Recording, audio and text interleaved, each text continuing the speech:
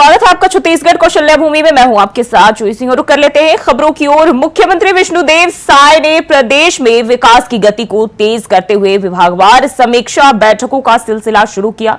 मुख्यमंत्री विष्णुदेव साय ने कृषि विभाग की समीक्षा की और इसके साथ ही सीएम ने कहा कि किसानों को समय पर गुणवत्ता युक्त खाद और बीज मिले, भंडारण और वितरण की स्थिति का निगरानी रखने के आदेश भी दिए। छत्तीसगढ़ के 3 जिलों में पायलट प्रोजेक्ट के रूप में गिरदावरी की तैयारी चल रही है और जारी की फसलों को बढ़ावा देने के लिए सेंटर फॉर एक्सीलेंस की भी स्थापना की जाएगी।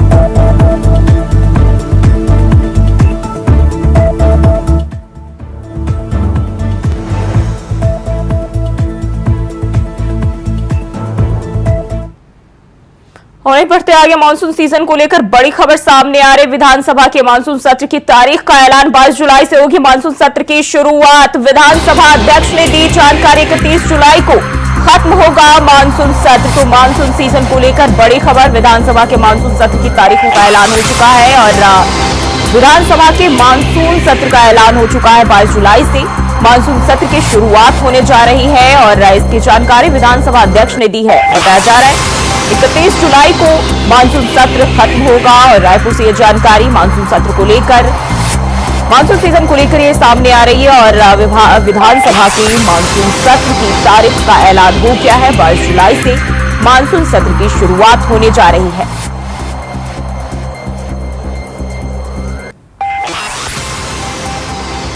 विधानसभा अध्यक्ष ने इसकी जानकारी दी है।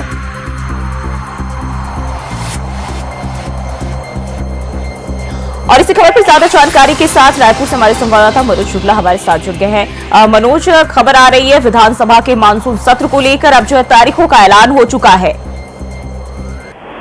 जी जी जी जी बिल्कुल जी, आपको बता दें मानसून सत्र का आगाज जो है 22 जुलाई से यहाँ पर प्रारंभ होगा, जो 10 दिनों का ये सत्र चलेगा।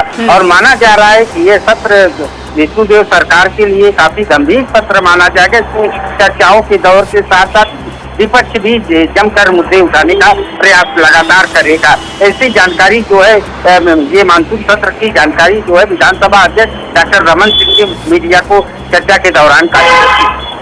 जी, और बात करें जिस तरीके से, तो ये पहला सत्र है मानसून का जब विष्णुदेव सरकार के नेतृत्व में आयोजित किया जा रहा है और इसमें ऐसे कौन से अहम प्रस्ताव जो है पेश किए जा सकते हैं, किन किन चीजों को लेकर विपक्ष जो है घेर सकता है सरकार को? जी जी बिल्कुल, तो ये जो मानसून सत्र होगा निश्चित रूप से ये बहुत ही हंगामेदार सत्र रहेगा। अब देखने वाली बात ये होगी कि इसमें विपक्ष लगातार सरकार को भेजने के लिए तमाम मुद्दों की बौछार लगाने का प्रयास भी करेगा, क्योंकि आने वाले जो है समय में अब यहाँ पर नगरीय निकाय चुनाव होना है। इसे लेकर कांग्रेस भी अब लगातार जो है एक्टिव मूड में नजर आ रही है। अभी बलौदा बाजार की घटना को लेकर बात करें तो कांग्रेस ने अपनी कमेटी बनाई हुई है और लगातार सरकार पर निशाना साध रही। तो ऐसे में ये मानसून सत्र को बचाने का प्रयास कांग्रेस पार्टी की निश्चित रूप से करेगी। इसके लिए वो तमाम जो है मुद्दों को लेकर बौछार लगाने का प्रयास मानसून सत्र में कांग्रेस पार्टी द्वारा किया जाएगा निश्चित रूप से। जी, और बताया जा रहा है मानसून सत्र की शुरुआत जो होने जा रही है, विधानसभा अध्यक्ष ने इसकी जानकारी दे दी है। इसके अलावा और क्या जानकारी दी गई है? जी जूही, आपको बता दें जूही कि कल विधानसभा अध्यक्ष और मुख्यमंत्री विष्णुदेव साय के साथ में दोनों लोग मौजूद थे और उन लोगों ने समीक्षा बैठक में भी, जो अभी समीक्षा बैठक चल रही है सभी विभागों की लेकर, उसमें भी जो है विधानसभा अध्यक्ष डॉक्टर रमन सिंह मौजूद थे। तो ऐसे में विधानसभा सत्र के साथ साथ जो है डॉक्टर रमन सिंह ने वहाँ नए विधानसभा जो भवन बन रहे हैं नया रायपुर में, उसकी जानकारी ली। उन्होंने उस पर भी मीडिया से चर्चा के दौरान बताया कि 66% के लगभग उस पर काम भी हो चुका है और आने वाले समय में प्रधानमंत्री नरेंद्र मोदी द्वारा नए विधानसभा सत्र का उद्घाटन भी कराया जाएगा। और ऐसे तमाम उसमें लगभग सब सौर ऊर्जा का उसमें जो है द्वारा जो बिजली का संचालन होगा वो सौर ऊर्जा के माध्यम से होगा और पेड़ पौधों की लगाने की बात हुई उसमें बताया गया विधानसभा अध्यक्ष के द्वारा। और साथ ही साथ जो विधायकों के नए आवास को लेकर खेड़ी खेड़ी में आवास बन रहे हैं उस पर भी काम तेजी से चल रहा है और जल्द ही जो है विधायकों को वहाँ आवास उपलब्ध हो जाएगा। और जो कर्मचारी है विधानसभा के कर्मचारी जो है उनको आने जाने में परेशानी होगी। तो नया रायपुर, आपको बता दें कि नया रायपुर राजधानी रायपुर से काफी दूर पड़ता है, जिस वजह से ऐसी सब तैयारियां की जा रही है और लगभग 66% काम हो चुका है। ये जानकारी विधानसभा अध्यक्ष डॉक्टर रमन सिंह द्वारा मीडिया को दी गई थी। जी मनोज बने रहिए हमारे साथ, भी आपका करेंगे। और वही छत्तीसगढ़ में साय सरकार के कार्यकाल के 6 महीने पूरे हो गए हैं। पूर्व सीएम और विधानसभा अध्यक्ष डॉक्टर रमन सिंह ने साय सरकार के अब तक के कार्यकाल को अभूतपूर्व बताया।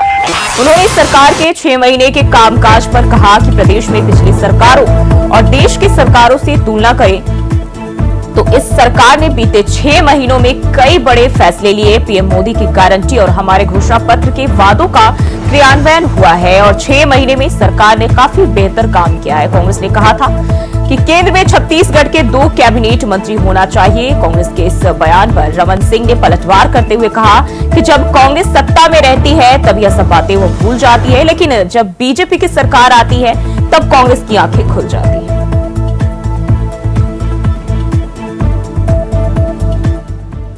मुख्यमंत्री निवास में माननीय मुख्यमंत्री विष्णुदेव साय जी की उपस्थिति में उप मुख्यमंत्री अरुण साहू जी और फाइनेंस मिनिस्टर ओपी चौधरी और संसदीय कार्य मंत्री बृजमोहन जी, मुख्य सचिव और विभाग के पीडब्ल्यूडी और अन्य विभाग के प्रमुख अधिकारियों के साथ आज एक समीक्षा बैठक रखी गई।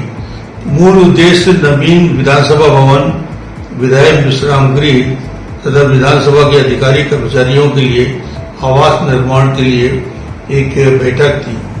इसके पहले 13 फरवरी 2024 को विधानसभा के अंदर एक बड़ी बैठक हुई थी जिसमें कुछ निर्णय लिए गए थे और फरवरी के बाद आज हम बैठे तो इस बात की समीक्षा की गई कि जो खासतौर से विधानसभा भवन के निर्माण की प्रगति क्या हुई। तो उस समय प्रस्तुत किया गया 33% निर्माण कार्य पूरे कर लिए। आज जो प्रस्तुतिकरण हुआ विभाग ने रखा उसमें कहा गया कि 66% निर्माण कार्य पूरे हो चुके हैं और टारगेट उन्होंने बताया जो 66% इंफ्रास्ट्रक्चर का निर्माण पूरा होगा। उनका लक्ष्य ये है कि दिसंबर आते आते ये इंफ्रास्ट्रक्चर का पूरा काम इस साल पूरा कर लेंगे और मार्च और अप्रैल आते आते जो इंटीरियर का काम है, जो दूसरे अन्य काम है जिसमें आज काफी खुल के चर्चा हुई। मुख्यमंत्री और खबर रायपुर से है, जहां छत्तीसगढ़ लोक सेवा आयोग यानी CGPSC की भर्ती में गड़बड़ी और भ्रष्टाचार के आरोप में सीबीआई ने अपनी जांच शुरू कर दी है। सीबीआई ने आयोग से कुछ दस्तावेज लेकर उन्हें फॉरेंसिक जांच के लिए भेज दिया है। अफसरों के मुताबिक इसकी रिपोर्ट आने के बाद बयान लिए जाएंगे और आगे की कार्रवाई होगी। दरअसल सीबीआई अफसर पिछले दिनों CGPSC के दफ्तर पहुंची थी। वहां से उन्होंने 2020 और 2021 के डिप्टी कलेक्टर DSP की भर्ती परीक्षा में चयनित विवादित उम्मीदवारों के दस्तावेज और अभ्यर्थियों का इंटरव्यू लेने वाले पैनल सदस्यों की रिपोर्ट ली है।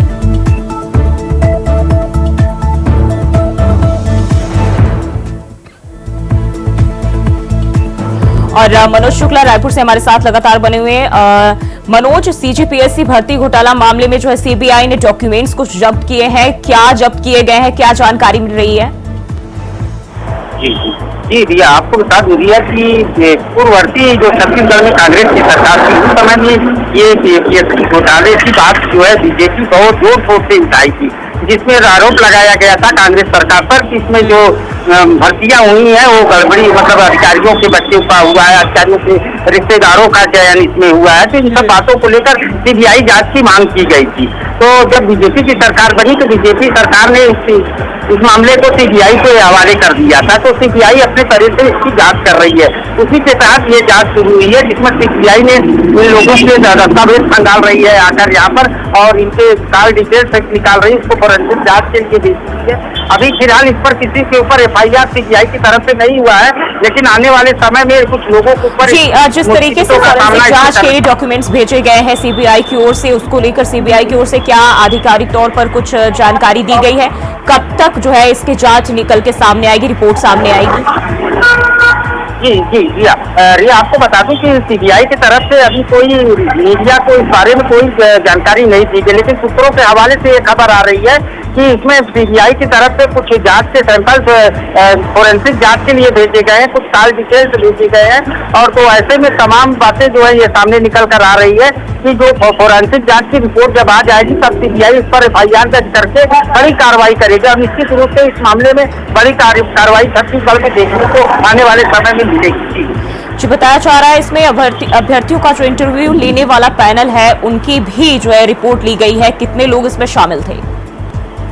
जी रिया, आपको बता दूं रिया कि ये पूर्ववर्ती सरकार के जमाने का मैटर है और उसी समय ये बीजेपी इस मुद्दे को जोर शोर से उठाई थी और विधानसभा चुनाव के दौरान बीजेपी ने ये घोषणा पत्र में भी कहा था कि हम इसकी जांच सीबीआई द्वारा कराएंगे। इसमें हजारों बच्चों को भविष्य का सवाल है, छत्तीसगढ़ के बच्चों का जो इसमें चयन नहीं होना, ये बहुत बड़ी बात सामने निकल कर आई। इसी सब बात को लेकर बीजेपी एक मुद्दा बनाई थी विधानसभा चुनाव में। बिल्कुल मनोज, बहुत बहुत शुक्रिया जानकारी साझा करने के लिए।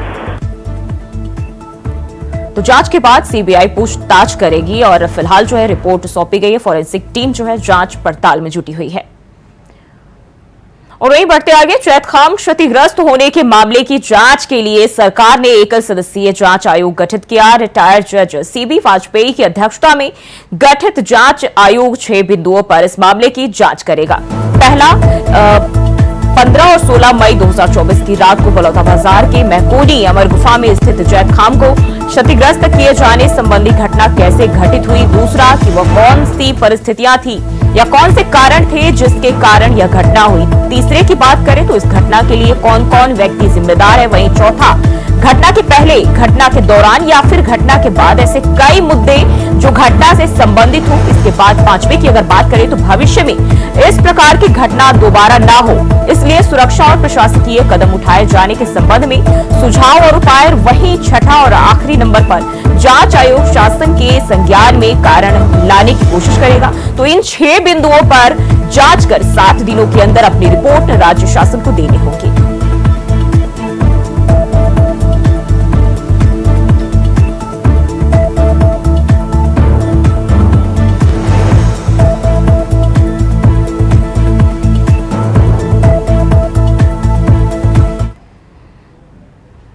वहीं बलौदाबाजार से एक और बड़ी खबर सामने आ रही है। बलौदाबाजार हिंसा से जुड़ा बड़ा अपडेट ये सामने आ रहा है और हिंसा पर सरकार का सख्त एक्शन। कलेक्टर केएल चौहान और एसपी सदानंद कुमार निलंबित किए गए हैं। तो बलौदाबाजार से ये बड़ी जानकारी, बड़ी खबर, हिंसा से जुड़ी हुई अपडेट सामने आ रही है, जहां सरकार का जो है सख्त एक्शन देखने को मिला है। कलेक्टर केएल चौहान और एसपी सदानंद कुमार निलंबित किए गए हैं। तो बलौदाबाजार हिंसा से जुड़ी बड़ी जानकारी और इसमें अब अपडेट ये आया है कि यहाँ 2 अधिकारी जो है सस्पेंड किए गए हैं, निलंबित किए गए हैं। सरकार का यह बड़ा एक्शन हिंसा को देखते हुए कलेक्टर केएल चौहान और एसपी सदानंद कुमार दोनों निलंबित किए गए हैं।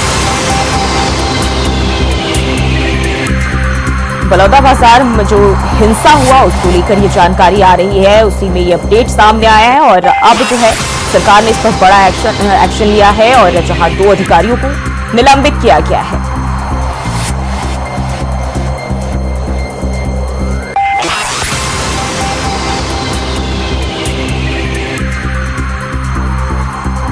तो बलौदाबाजार हिंसा में ये अपडेट सामने आई है और 2 अधिकारी निलंबित किए गए हैं। सरकार का एक बड़ा एक्शन।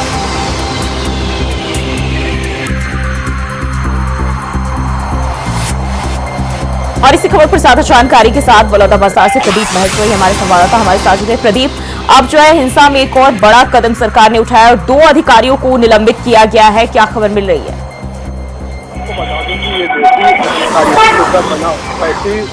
शायद सरकार ने कदम 7 सदस्यीय टीम का गठन करके इसकी न्यायिक जांच मजिस्ट्रियल जांच के आदेश दे दी गए और उसके बाद जो कलेक्टर केएल चौहान और एसपी सदानंद कुमार को भी निलंबित कर दिया, क्योंकि इतनी बड़ी भूल, इनकी चूक इन्हीं दोनों प्रशासनिक अधिकारियों के कारण हुआ। यदि समय रहते अधिकारी समय निर्णय लेते तो इतनी बड़ी घटना बलौदाबाजार नगर में कभी नहीं घटती। तो प्रशासन ने और मैसेज दिया छत्तीसगढ़ को, पूरे देश को दिया कि हमने कलेक्टर और एसपी को भी निलंबित किया है, इसको ट्रांसफर के साथ निलंबित किया गया। इसी प्रकार कांग्रेस के कल 7 सदस्यीय दल डॉक्टर शिव कुमार डहरिया, कविता प्राण लहरे, पद्मा मनहरे, हरबंश राय और हितेन ठाकुर, शैलेंद्र त्रिवेदी के नेतृत्व में कल विरोध धाम जाके के जहाँ पर अमर गुफा में जो जैद खाम को तोड़ा गया था या उनको अस्माइत तो काटा गया था, उसके जाके पूजा पाठ करके उसको पवित्र करके आया जा चुका है। और आज अभी 3 बजे चरणदास महंत जो बड़ौदा विधानसभा के प्रतिपक्ष नेता है और पूर्व मुख्यमंत्री भूपेश बघेल आज आने वाले हैं 3 बजे यहाँ बड़ौदा में आके यहाँ के कुछ लोगों से, समाज के लोगों से चर्चा करना चाहते हैं, तो वो भी आज पहुंचने वाले हैं। तो निश्चित ही राजनीतिक रूप इसको लेते जा रहे हैं, लेकिन शायद सरकार भी समय समय पर ऐसे निर्णय ले रही है कि विपक्षी कांग्रेस को मौका नहीं मिल रहा है। आजकल प्रेस वार्ता में शिव कुमार डहरिया से जब पत्रकारों ने जब क्वेश्चन किया कि जब सत्समय समाज के कार्यक्रम में देवेंद्र यादव जी का वहां पर बैठना क्या उचित था, तो उन्होंने बताया कि उनका निजी मामला था, कांग्रेस का इससे कोई लेना नहीं था। तो कब से ऐसा लग रहा है कि अब कांग्रेस अब धीरे धीरे अपने बैठक पे आके अपने अच्छे निर्णय ले रही है और जो भी जो इसमें जो संलिप्त है इसमें और जो जी, लेकिन प्रदीप जिस तरीके से अभी 2 अधिकारियों पर ये गाजगिरी है, सरकार ने सख्त एक्शन लिए हैं, क्या और भी अधिकारियों को इसके चपेट में आने की संभावना है? जिले का मेन प्रशासनिक जो होता है एसपी होता है और कलेक्टर होता है, 2 होते हैं, उन्हीं के आदेश से जो पूरा जिला चलता है और उनकी बहुत बड़ी नाकामी है इतने बड़े कार्यक्रम को, जबकि उनको विजिलेंस समय समय से मिलता है। जैसा कि इतनी क्राउड आ गया, 10-10 हजार क्राउड है, इधर के कलेक्टेड को बढ़ रहे हैं, उसके बाद उन्होंने कोई व्यवस्था नहीं की, उतनी बड़ी घटना घटी, तो निश्चित दोषी क्यों 2 ही कहलाएंगे, मेरे से तीसरे की आवश्यकता क्यों पड़ेगी? क्योंकि कलेक्टर ही तो आदेश जारी करते 144 धारा का और एसपी के पास पूरा अधिकार रहता है कि लाठीचार्ज करें या बल का प्रयोग करने का अधिकार दोनों पर रहता है। तो तीसरे का मतलब ही क्या था कि वो इस काम में आया तो दोनों को निलंबित कर दिया गया, सस्पेंड कर दिया गया सहायक सरकार के द्वारा। तो निश्चित ही कि अच्छा मैसेज बीजेपी सरकार के द्वारा जा रहा है। और यहाँ पर जो डैमेज कंट्रोल का काम है, जो कलेक्टर का कार्यालय कल भी सुचारू चालू हो गया है। एसपी विजय कुमार अग्रवाल आ गए हैं, पूरा मिनट टू मिनट पूरा चारों तरफ कर रहे हैं और 121 लोग को गिरफ्तार करके न्यायालय में पेश किया गया था, जहाँ पर उनको जेल भेज दिया गया। तो निश्चित है कि सरकार ऐसे कड़े एक्शन ले रही है कि ताकि भविष्य में ऐसी कोई भी ऐसी घटनाएं भविष्य में कभी ना हो। और ये एक अधिकारियों को मैसेज है कि यदि सरकार बने रही हमारे साथ, आगे भी आपका रुख करेंगे। और खबर बलौदा बाजार से, जहां जैद खंभ में तोड़फोड़ और बलौदा बाजार कलेक्ट्रेट में की गई आगजनी के जांच के लिए कांग्रेस कमेटी ने गिरौदपुरी धाम में अमर गुफा का निरीक्षण कर कलेक्टर को ज्ञापन सौंपा। साथ ही प्रेस कॉन्फ्रेंस कर पत्रकारों से बातचीत करते हुए बताया कि हिंसा बीजेपी सरकार का फेलियर है, जिससे इतनी घटना घटी। सुरक्षा बलों की कमी के कारण यह घटना घटी है, इनका विजिलेंस फेलियर था। जब इतनी बड़ी संख्या में समाज के लोग इकट्ठा हुए थे तो उतनी पुलिस की व्यवस्था करनी थी। इसमें सतनामी समाज का कोई भी व्यक्ति नहीं था। जो भी दंगाई या आंदोलनकारी है उन पर कड़ी से कड़ी सजा होनी चाहिए।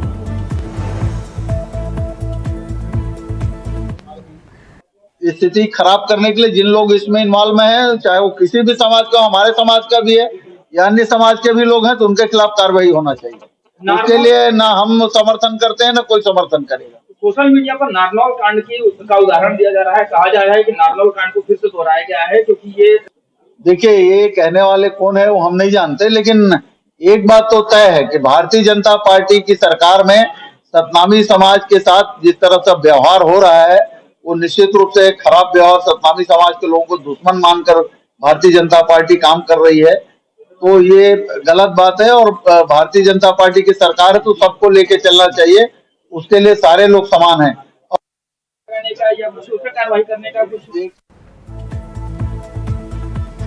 तो हिंसा पर जो है सख्त कार्रवाई की मांग की गई है। कांग्रेस ने प्रेस कॉन्फ्रेंस किया है और सतनामी समाज को लेकर जो है उन्हें न्याय दिलाने की बात कही है।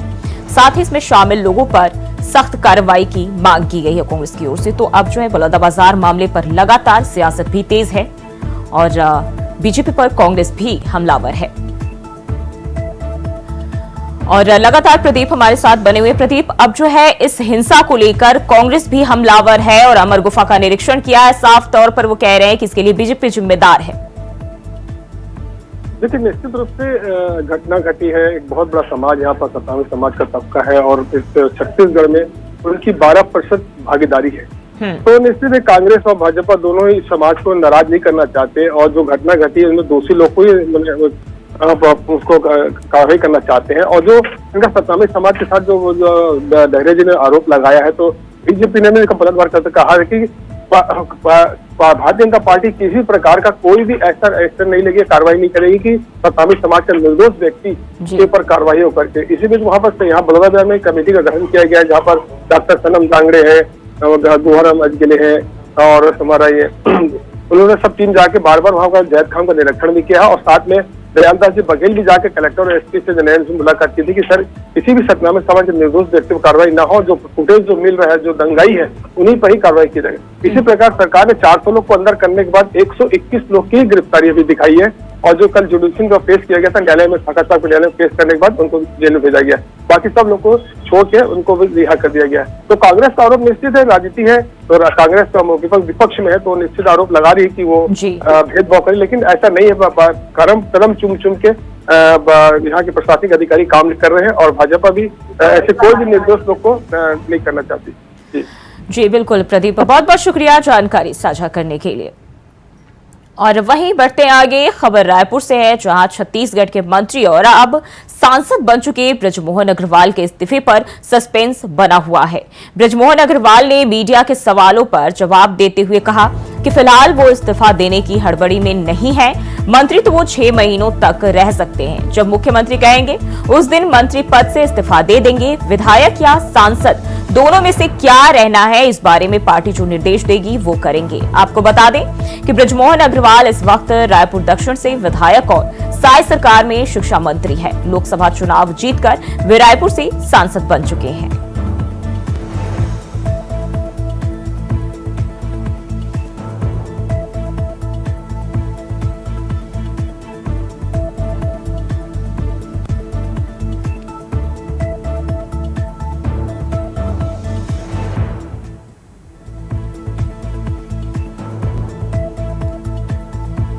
तो इस्तीफे को लेकर बृजमोहन अग्रवाल ने कहा कि फिलहाल जो है वो इस्तीफा देने की हड़बड़ी में नहीं है।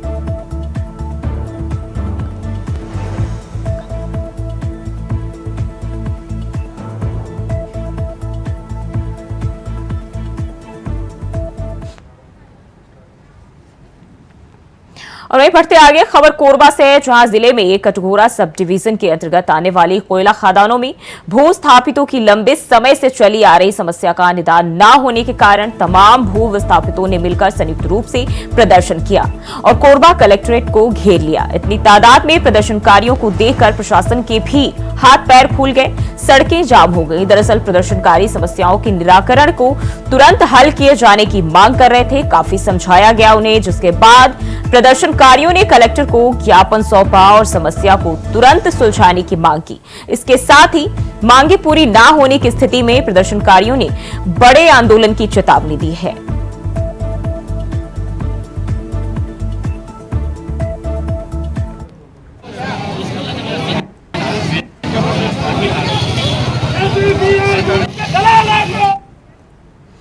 और बढ़ते आगे, खबर रायपुर से है, जहां अखिल भारतीय सेवा के अधिकारियों के लिए राज्य सरकार ने पुनरीक्षित दरों पर महंगाई भत्ता भुगतान का आदेश जारी कर दिया है। आईएएस अधिकारियों को 1/1/2024 से पुनरीक्षित दर से भुगतान किया जाएगा। सामान्य प्रशासन विभाग मंत्रालय से जारी हुए आदेश में 6 अलग अलग बिंदुओं में दिशा निर्देश जारी किया गया है। पुनरीक्षित दरों से महंगाई भत्ते का नियमन भारत सरकार वित्त मंत्रालय से होगा। देय महंगाई भत्ते का भुगतान नगद किया जाएगा। इस भुगतान में विशेष वेतन और व्यक्तिगत वेतन शामिल नहीं होगा। इसके अलावा ज्यादा भुगतान करने पर जिम्मेदार अधिकारियों से वसूली की जाएगी और इस संबंध में शासन के सभी विभाग, समस्त विभागाध्यक्ष, संभागीय आयुक्त और सभी कलेक्टरों को पत्र जारी किया गया है।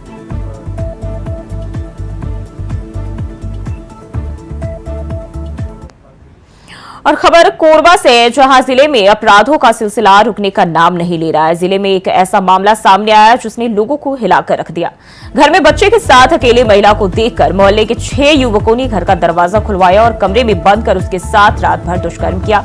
इस मामले में रामपुर पुलिस ने 6 आरोपी युवकों को गिरफ्तार कर जेल भेज दिया है। वहीं इस घटना को लेकर कोरबा के लोगों में काफी गुस्सा देखा जा रहा है।